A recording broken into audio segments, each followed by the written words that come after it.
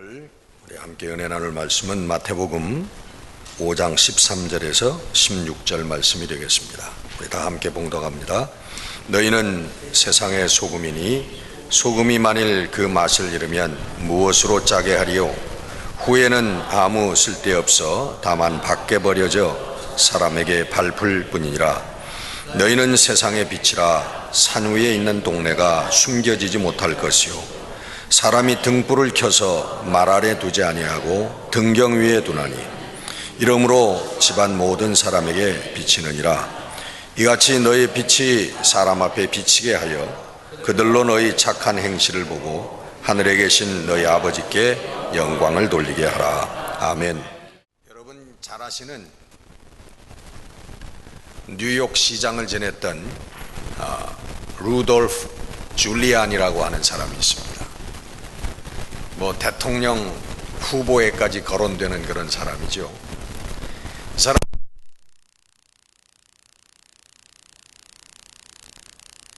뉴욕 떠올리는 그 유명한 도시에 시장으로 당선될 때에 저는 그 뉴욕에 있는 그 범죄를 소탕하겠다고 하는 그런 공약을 가지고 뉴욕의 시장에 당선된 사람입니다.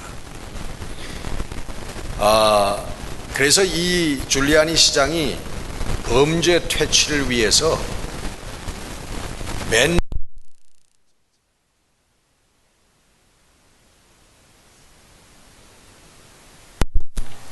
그 어두운 뒷골목에 건물에 낙서들을 지우는 일을 맨 처음 했습니다. 시민들이 깜짝 놀랐어요. 아니 범죄를 소탕하겠다고 하더니 경찰력을 증가하는 것도 아니고 무슨 범죄 예방 프로그램들을 많이 만드는 것도 아니고 길거리에 낙서를 지우고 쓰레기를 치우는 일부터 먼저 했다는 거예요.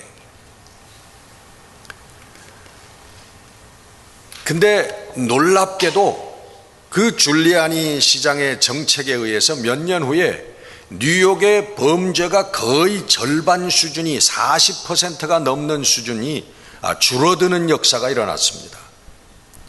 이 줄리아니 시장이 폈던 정책은 Broken Window Theory라고 1982년 미국 범죄 학을 연구하던 두 교수에 의해서 주창되었던 이론인데 심플합니다.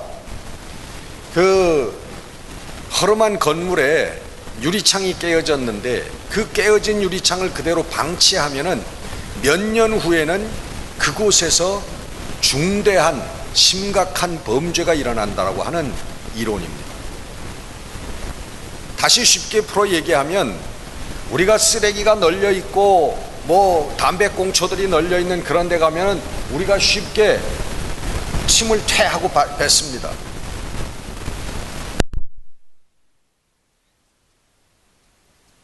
닦아놓은 그 백화점 안에 들어가서 거기다가 퇴퇴 침을 붓는 사람은 아무도 없는 거예요. 그러니까 이 환경이라고 하는 게 우리 인간을 만들고 우리 삶을 빚어간다라고 하는 그런 이론입니다. 우리 인간은 환경의 산물입니다.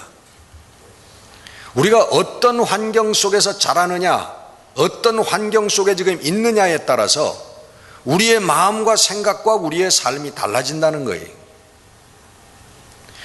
과거에 여러분 그 범죄자들은 그들을 연구해 보면은 거의 90% 이상이 결손 가정이거나 가정에 문제가 있거나 자라나는 환경에 심각한 그런 문제들이 있었던 사람이라고 하는 것이 연구 결과 판명이 됩니다. 지금도 결손 가정 편부모라고 그러죠. 편부모 슬하에서 자란 사람들이 범죄자가 될 확률이 그렇지 않은 사람들에 비해서 2배 이상 높다는 거예요. 근데 요즘에는 특별한 게 결손 가정도 아니고 다 괜찮고 잘 먹고 살 만한 정상적인 부모 밑에서 자란 자녀들도 심각한 범죄에 빠집니다. 그 이유가 뭐냐고 연구해 봤더니 바로 TV와 영화와 소설과 문화의 영향이라는 거예요. 우리가 늘 접하는 그 오늘 환경. 그 왜 그러냐? 여러분 뭐 물어볼 것도 없죠. 여러분 요즘 영화가 뭐에 대한 영화입니까? 대부분의 영화의 주제가요, 그 폭력입니다. 요즘에 미국 영화들은 정말 눈 뜨고 보기 힘들 정도로 아주 잔인합니다. 목이 그냥 탁탁 잘려나가고 총을 쏴도 그냥 땅하고 하는 게 아니라 그냥 수십 발 온 몸에다가 피투성이를 만들고 이루 형용할 수가 없죠. 상상을 초월하는 잔인한 어떤 그런 장면들이 연출됩니다. 그리고 또 하나의 큰 주제는 그 방탕한 그 성적인 그런 것이 주제가 됩니다. 불륜과 방탕과 그리고 육신을 쾌락의 도구로 바라보는 그러한 관점들. 그리고 이 세상에서 또 우리 소외된 인간의 삶, 우리 기계 문명이라든가 현대의 어떤 거대한 집단에 의해서 희생되는 우리 개인의 우리 인격이라든가 인간의 삶을 그리는 것이 요즘의 그 주제입니다. 그러니까 그런 것들을 보고 자란 사람들이 그 폭력과 그 방탕한 그런데 노출되어지고 있다는 것이, 정상적인 가정에서 자라는 것 같은데 그런 사람들이 그 폭력과 그리고 어두운 그러한 사회에 사건을 일으키는 것을 볼 때에 오늘 우리의 살아가고 있는 이 문화의 심각성이 대두된다는 거예요. 여러분, 이 세상이 변화하는 것은 인간이 변화하지 않으면 세상이 변화하지 않는 것입니다. 이것이 누구의 방법이에요? 누구의 관점입니까? 예수님의 관점이고 예수님의 방법입니다. 늘 말씀을 드리지만 예수님께서는 오셔서요, 어떤 단체를, 아주 이상적인 단체를 만들고 조직을 해가지고 이 세상을 변화시키려고 하신 분이 아니에요. 우리 예수님의 관점은 우리 인간의 마음에 있었습니다. 한 사람의 마음, 한 사람의 가치관이 하늘나라의 가치관으로 우리 하늘의 마음으로 변하는데 거기에다가 중점을 맞추고 우리들에게 가르침을 주신 분입니다. 나 한 사람이 변할 때 우리 가정이 변하는 것이고, 내 한 사람의 마음이 변할 때에 우리의 교회가 변하는 것이고 우리의 사회가 변하는 거예요. 이것이 예수님의 방법이고 예수님이 초점입니다.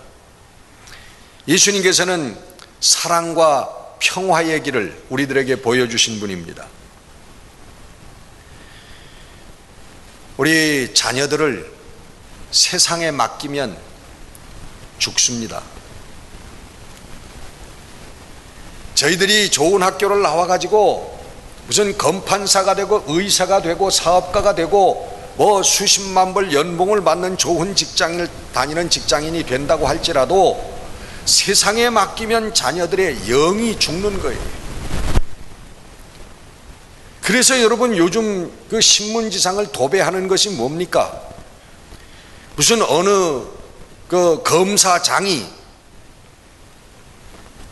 성적인 범죄를 일으켰다, 검찰총장이, 일국의 경찰총장이 혼외 정사 가운데서 나온 그런 아들이 나왔는데 아니다 기다 그 거짓말하는 그런 모습들, 무슨 장관 후보, 무슨 청장 후보들이 투기하고 아이들 그 학교 문제 때문에 범법을 하고 또 불법으로 자기 자녀들을 채용하고 뇌물을 먹고, 여러분 그런 것들이 오늘 우리들의 이슈 아닙니까? 어떤 사람이 더 권력을 잡기 위해서 암투를 하고, 요즘 우리 한국 신문지상에 펼쳐지는 쇼가 또 그런 거죠.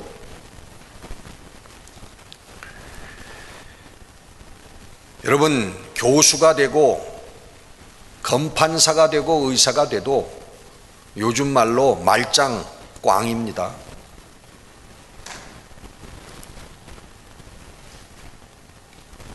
그러나 여러분, 우리의 자녀들이 예수의 영향 가운데 있으면 저희들은 삽니다. 여러분, 어떤 때 우리 아이들도 그렇고 우리들도 교회 나오기가 싫을 때가 있잖아요. 한잠 더 잤으면 좋을 때가 있습니다. 뭐 어디 이런 일 보러 가고 싶을 때가 더 있어요. 그래도 억지로라도 교회에 나오게 되는 이유는, 아이들 보고 교회 나가라고 하는 이유는 뭐냐 하면, 교회에서 가르치는 찬송과 기도와 말씀 가운데 우리가 있을 때에 예수의 영향력을 받기 때문에 그럽니다. 여러분, 교회에 나오면 비판적으로 얘기하는 사람입니다만은, 그러나 교회 나온다고 하는 것, 여기에 앉아 있는다고 하는 것은 대단히 중요한 일입니다. 저는 어떤 사람의 간증 속에서 그런 걸 발견한 적이 있는데요. 그분이 뭐 특별한 일을 한 것도 아니고 뭐 신앙적인 사람도 아니고 하나님께 뭐 충성하는 사람도 아닌데, 근데 내가 볼 때에도 너무 은혜를 받는 거예요. 뭐 성령의 은사도 받고 뜨거워지고 그냥 그 바른 길로 가게 되고 말이죠. 그런 모습을 이렇게 봤는데, 그 사람이 어느 날 그런 간증을 하는 거예요. 자기가, 나는 그 사람이 안 믿던, 교회에도 안 나가던 사람인 줄 알았어요. 근데 교회를 나갔던 사람이에요. 자기가 주일학교 때 교회를 다녔대요. 그런 간증을 하더라고요. 근데 몇 번 안 나갔는데 크리스마스 때 뭐 그 연필도 주고 무슨 뭐 저 사탕도 준다 그래가지고 친구 따라가지고서는 몇 번 교회를 나갔다는 거예요. 내가 그 얘기를 들으면서 하나님께서 사진을 찍어 놓은 사람이로구나. 그래서 이유 없이 이렇게 하나님께서 은혜의 길로 이끌어 가시는구나. 그런 걸 느낀 적이 있어요. 여러분, 오늘 이렇게 여러분 앉아 있으면 하나님께, 성령께서 여러분 모습을 사진을 찍습니다. 여러분 말씀을 듣고 찬송하고 기도하는 여러분의 모습을 하나님께서 사진을 찍어도요, 아무리 어린아이가 나와서 아무 생각 없이 앉아 있더라도 하나님께서 그 사진을 찍어 놓는 거예요. 할렐루야. 그래서 언젠가는 그가 그것을 잊어버리고 세상 길을 걸어가고 방탕한 길을 걸어갈 때에도 하나님의 은혜의 손길이 그와 늘 함께 하시는 것인 줄 여러분 믿으시기를 바랍니다. 그래서 때가 되면 그 사람을 하나님께서 은혜의 길로 이끄시는 거예요. 사랑의 길로 이끄시는 거예요. 은사의 길로 이끄시는 거예요. 그런 사람들이 주위에 얼마나 많은지 모릅니다. 자기는 하나님을 믿은 적도 없고 뭐 하나님과 더불어 산 적도 없는 사람이지만, 하나님의 은혜와 하나님께서 부어주시는 믿음의 길, 축복의 길을 체험할 때에 그 배후에는 저가 아무 생각 없이 앉아 있었던 그 모습이, 찬송하고 기도하고 말씀 가운데 앉아 있었던 그 모습이 하나님의 사진에 딱 찍혀 있는 거예요. 하나님께서는 한번 그 사진을 찍어 놓으시면은 그 사람이 죽는 순간까지 하나님께서는 잊지 아니하시고, 이런 것 저런 국면을 통해서, 이런 사람 저런 사람을 통해서, 이런 사건 저런 사건을 통해서 그 사람을 생명의 길로, 하나님의 진리의 길로 인도하시려고 하는 것인 줄 여러분 믿으시기를 바랍니다. 하나님께서는 자기 백성을 회복하시려고 하는,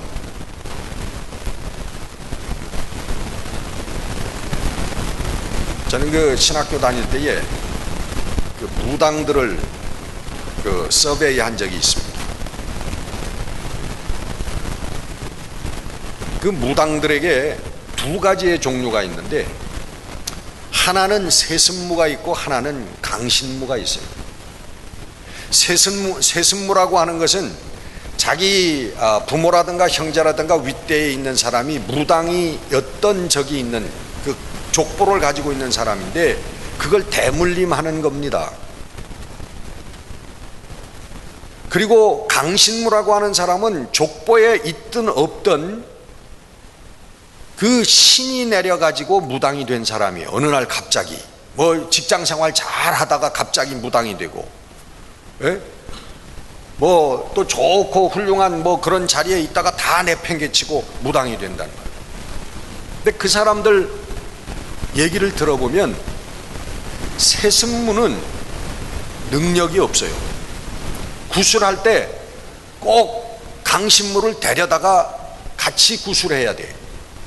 여러분 아시죠? 대나무 세우는 거. 네? 뭐 여러분들은 잘 모르실 거예요. 네. 예, 또 뭐 작두 위에 올라가서 뭐 버선발로 춤을 춘다 무당들이. 정말 그런 일이 있습니다. 근데 그런 사람들은 바로 신이 내려와서 저의 삶을 점령한 그런 강신무들이에요. 근데 그 강신무들의 얘기를 들어보면 그렇습니다. 간증이 그 자신 피할 때가 있다는 거예요. 그래서 무당 노릇을 안 하려고 하면요, 귀신이 가만두질 않는데요. 막 심지어는 집에 불을 내고 자식들이 병이 들고 자기 자신도 막 병을 앓게 되고, 무당 노릇을 안 하면은 큰일 날 것 같은 그런 일들이 벌어진다는 거예요. 놓지를 않는 걸 들으면서 그런 서베이 속에서 그러면 우리 하나님은 이라고 하는 생각을 했습니다. 여러분, 우리 하나님은 그 잡신들과 비교할 수 없는 그런 분이십니다. 우리 하나님께서는 한 번 당신의 백성으로 사진을 찍어놓은, 자기 앞에 나온 사람 찍어놓은 사진을 하나님 잊어버리시지 않아요. 너는 내 것이다 라고 하는 우리 하나님. 그러나 병을 주고 뭐 불을 내고 강압적으로 그러시는 분은 아니죠. 사랑과 하나님 인내로 우리를 권고하시고 이끌어 주신 분이에요. 여러분, 저와 여러분들은 이미 하나님의 백성이고 하나님의 것이라고 하는 것을, 이 자각을 잊어버리지 않고 사는 여러분들이 되시기를 주의 이름으로 축원합니다.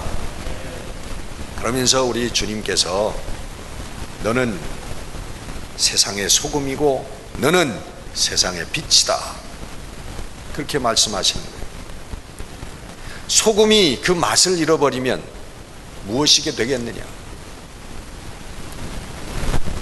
너희들이 세상의 빛인데 빛은 말 아래 두지 아니고 등경 위에 두는데 그 빛 아래 드러나지 않을 동네가 없는 것이다. 너희 그렇게 말씀을 합니다. 여러분, 빛과 소금과 빛의 그 역할은 분명합니다. 그것은 맛을 내는 것이고 그것은 세상을 정화시키는 것입니다. 요즘 과학이 발달해 가지고 소금에 대한 성분들이 많이, 우리가 몰랐던 성분들이 많이 밝혀졌습니다. 뭐 여러 가지인데 언뜻 이렇게 알만한 것 들어보니까 소금이 말이죠, 우리 몸에 적혈구 생산하는 데 역할을 한대요. 그리고 소금이 우리 혈관을 청소하는 역할을 한대요. 그리고 미네랄을 공급하는 주 공급원이 소금이라고 하는 것입니다. 여러 가지가 있는데, 근데 예수님께서 이 모든 것을 다 하시고 얘기하신 것은 저는 아니라고 생각합니다.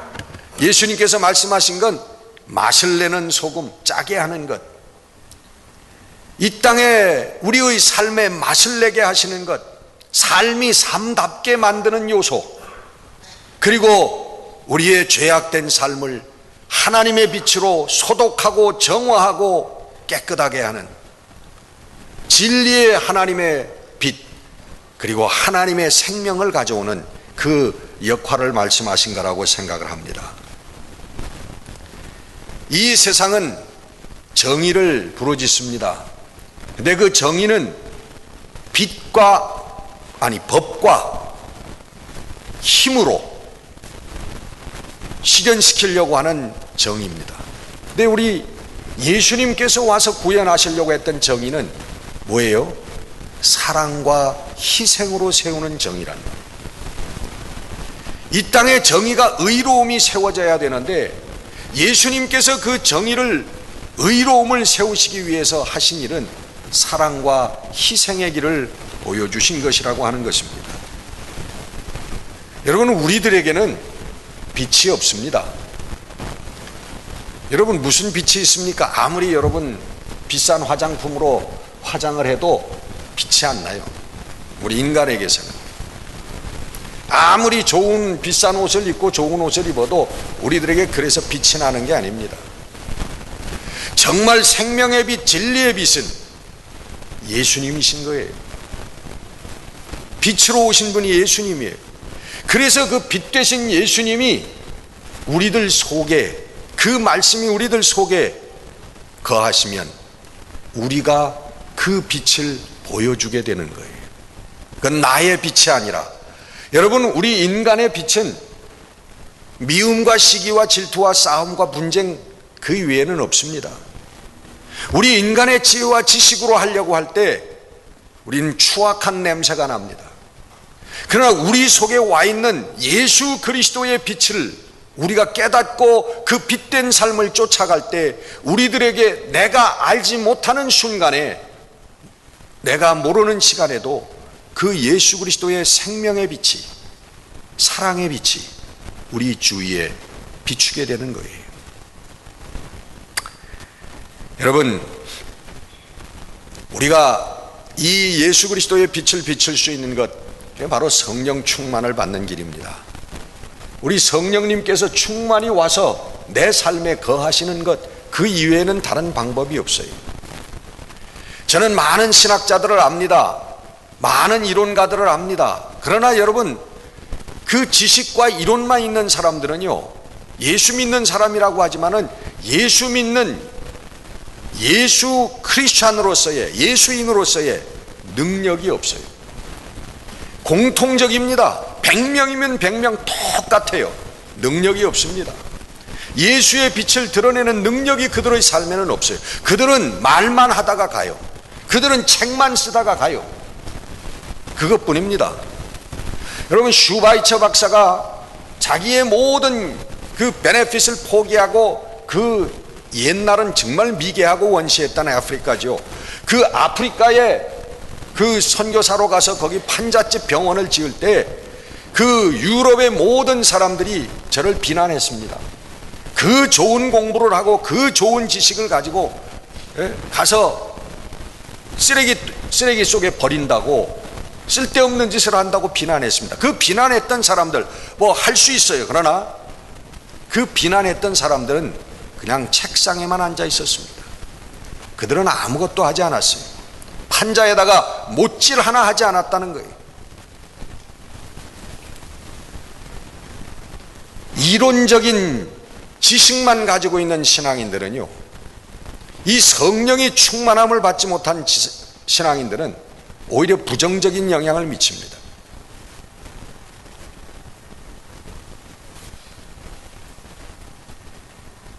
하나님의 영에 충만함이 있어야 될 줄로 믿습니다.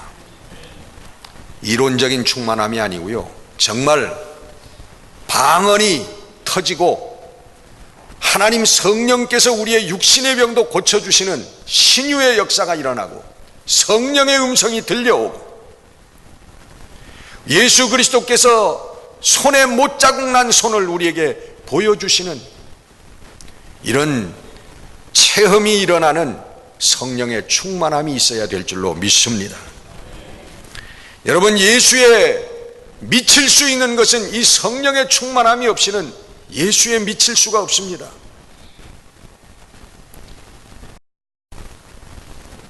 우리 어느 분께서 제가 말씀을 읽으면 뭐 하냐고, 말씀을 읽는 것을 폄하한다고 그렇게 말씀을 하신 분이 있는데 그 심정은 이해합니다.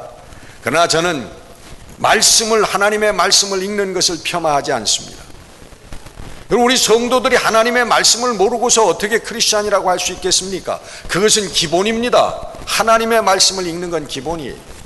그러나 하나님의 말씀을 100번, 1000번 우리가 읽는다고 할지라도 우리 그 말씀이 성령이신데 그 성령이 우리들 마음속에 오셔서 우리의 마음을 격동하는 감동과 감격이 일어나게 하는 그 말씀이 되지 못하면 쓸데가 없다는 얘기예요.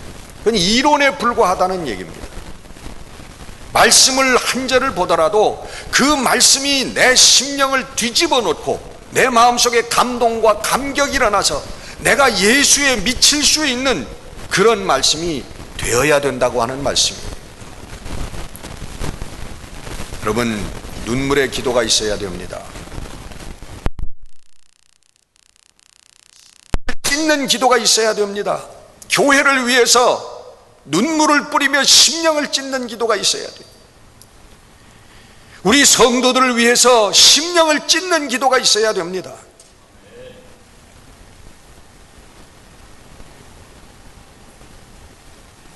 우리 주님 오신 이유는 바로 이 역사를 이루기 위해서 우리 주님께서 이 땅에 오신 것입니다. 우리 주님께서 이 땅에 부귀영화를 위해서 오신 분이 아니고요, 이 땅에 바로 하나님에 미친 사람, 곧 예수에 미친 사람들을 만들어서 그 사람들로 말미암아 이 세상을 변화시키기 위해서 우리 주님께서 오셨던 것입니다. 요즘에는 여러분, 우리 생활 속에 그리스도인들이 필요합니다. 여러분, 목사와 선교사가 그들보다도 오히려 더 우리 생활 속에 그리스도인들이 필요한 시대입니다. 저도 목사입니다마는 여러분, 이제 목사는 됐습니다. 너무 많아요. 충분합니다. 그러나 점점 없어지는 사람들은 생활 속에서 예수가 그 사람들 심령 가운데 있어서 그 사람이 살아가는 것 자체 속에서 예수가 나타나는 사람, 이런 사람이 점점 없어져 가는 거예요. 바로 그런 사람들이 예수 그리스도의 영향력을 전달하는 사람들인 것입니다. 우리 그리스도인들이 거룩한 예배를 드리고 돌아가서는 다른 사람 흉을 보고 분열하고 파당을 짓고 거짓말을 하고 이런 부정적인 영향을 끼치는 사람들이 아니라 정말 예수 그리스도의 그 희생과 그 피 흘림의 그 흔적이 우리의 삶에 묻어나는 사람들,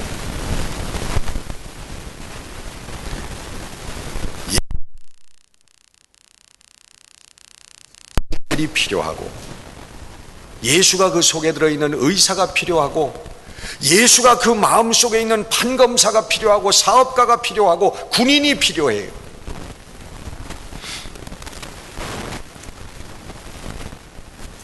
여러분 잘 아시죠? 그 청년 바보 의사 안수현이라고 하는 사람이 죽은 지 7년이 돼가지고 그를 아는 사람들이 또 한 권의 책을 펴냈더라고요. 그 청년 바보 의사, 그가 사랑한 것들이라고 하는 그런 책을 펴냈습니다.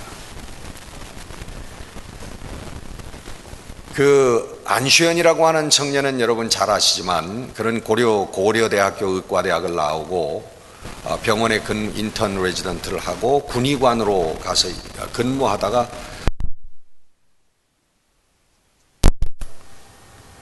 갑자기 유행성 출혈열이라고 하는 병에 걸려가지고 갑자기 죽었어요.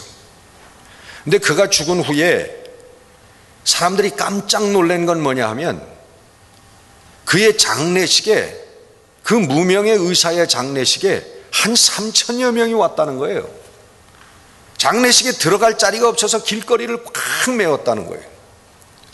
근데 그 온 사람들이 누구냐 하면 그 동네에서 구둑 닦던 사람, 그 병원, 어느 병원, 이 근무했던 병원에 식당에서 접시 닦던 식당 일을 하던 아주머니들, 그리고 옛날에 병원에서 하고 병을 고치고 퇴원했던 환자들, 그리고 또 병원에서 죽었던 환자들의 유가족들, 뭐 이런 사람들이 다 모인 거예요.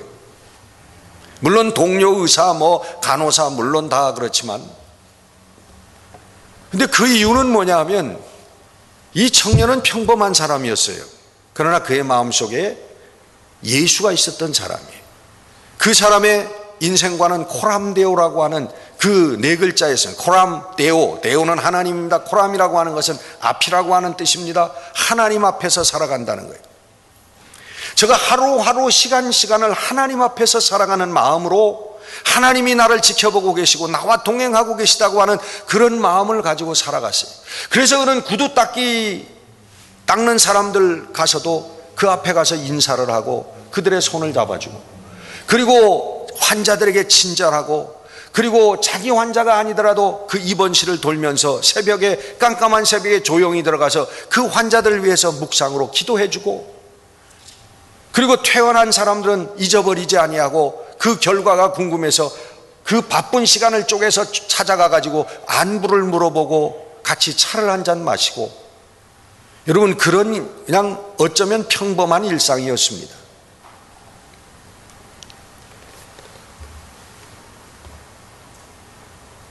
그러나 사람들은 그 젊은 의사의 진심 속에서 예수님을 발견하는 거예요.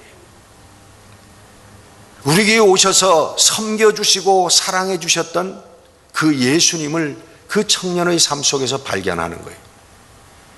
7년이 죽은 다음에 죽지 않았어야 될 사람, 오래오래 살아야 될 사람인데 왜 하나님께서 데려가셨을까? 그를 알던 많은 사람들이 그 의문을 가졌는데, 지난 7년 동안 자기들의 삶 속에서 예수와 함께 발견되어지는 그 청년 바보 의사 안수연을 고백하는,